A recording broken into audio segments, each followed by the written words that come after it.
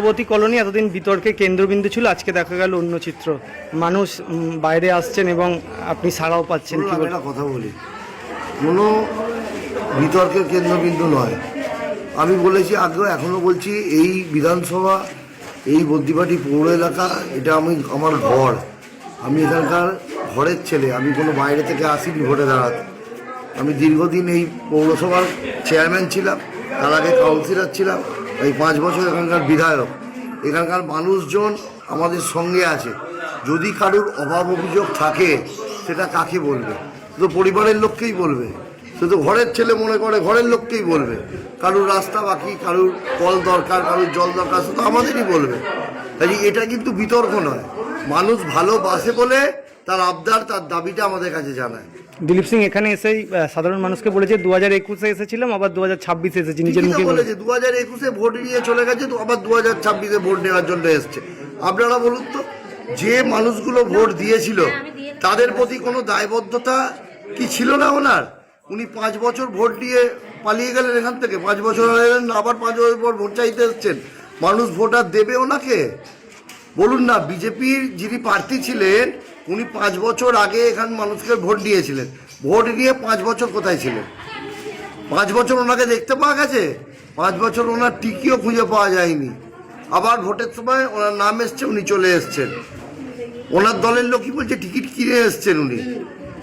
কাজেই আমি বলছি না, ওনার দলের লোকেরা বলছে উনি টিকিট কিনেছেন, বিজেপির টিকিট কিনে উনি এখানে ভোটে দাঁড়াতে এসছেন। উনি তো এই শহরের মানুষ নয়, উনি তো থাকেন বাইরে। সেখান থেকে মানুষ তাকে, যদি ভোটে দাঁড়িয়েছে, তাকে মানুষ পাবে কোথায়? মানুষ পাবে না। এই 5 বছর মতো বাবা হাওয়া হয়ে যাবে ভোট নিয়ে। যিনি বিজেপি প্রার্থী, উনি বলছে যে অরিন্দম গুইন এমনকি 5টা কাজ করেছে, নিজে বলে দেখাক।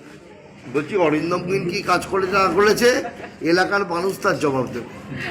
উনি 5খানা কাজও দরকার নেই। উনি 1খানা কাজ বলুন, যে 70,000 ভোট পেয়েছিলেন, যে পেয়ে আমি এই কাজটা তারপর মানুষের জন্য করে গেছে। কিচ্ছু করেন। অরিন্দম গুইন যা করেছে, রাজ্য সরকার যা করেছে, বাংলার মানুষের জন্য করেছে। বরঞ্চ ওনারা যে মানুষের কাছে ভোট চাইতে আসছেন, বিজেপির লজ্জা হওয়া উচিত।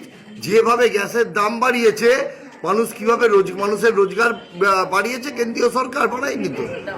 মানুষের গড় আয় কি বাড়িয়েছে? বাড়ায়নি তো। তাহলে আজকে তারা এসছে ভোট চাইতে। লজ্জা হওয়া উচিত। যারা ভোটে যেতে জন্য মানুষের ভোট কেটে নেয়, যারা মানুষেরকে হয়রানি করে, মানুষকে পরেশান করে, মানুষকে রাস্তা দাঁড় করিয়ে দেয়, যারা তেলের দাম বাড়িয়ে দেয়, জিনিসপত্রের দাম বাড়িয়ে দেয়, আর তারা আসে আবার মানুষের কাছে ভোট চাইতে।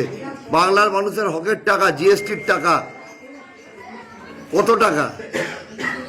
হাজার হাজার কোটি টাকা আটকে রেখে দিয়েছে এই বাংলার উন্নয়নের টাকা।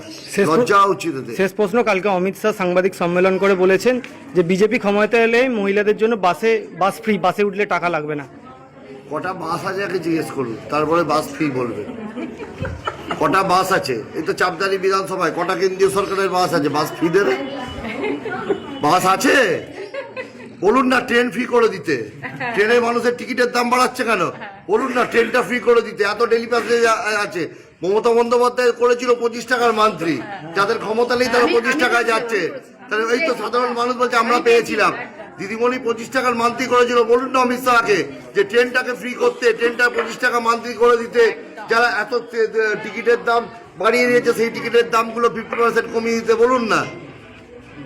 কোথায় করছে? সেদিকে করছে না। এখন 30 টাকা প্ল্যাটফর্ম টিকিটের দাম কত করেছে বলুন না। শুনুন, বিজেপি হলো ব্যবসাদার পার্টি, বিজেপি হলো বড় লোকেদের পার্টি, গরিব মানুষের পার্টি নয়।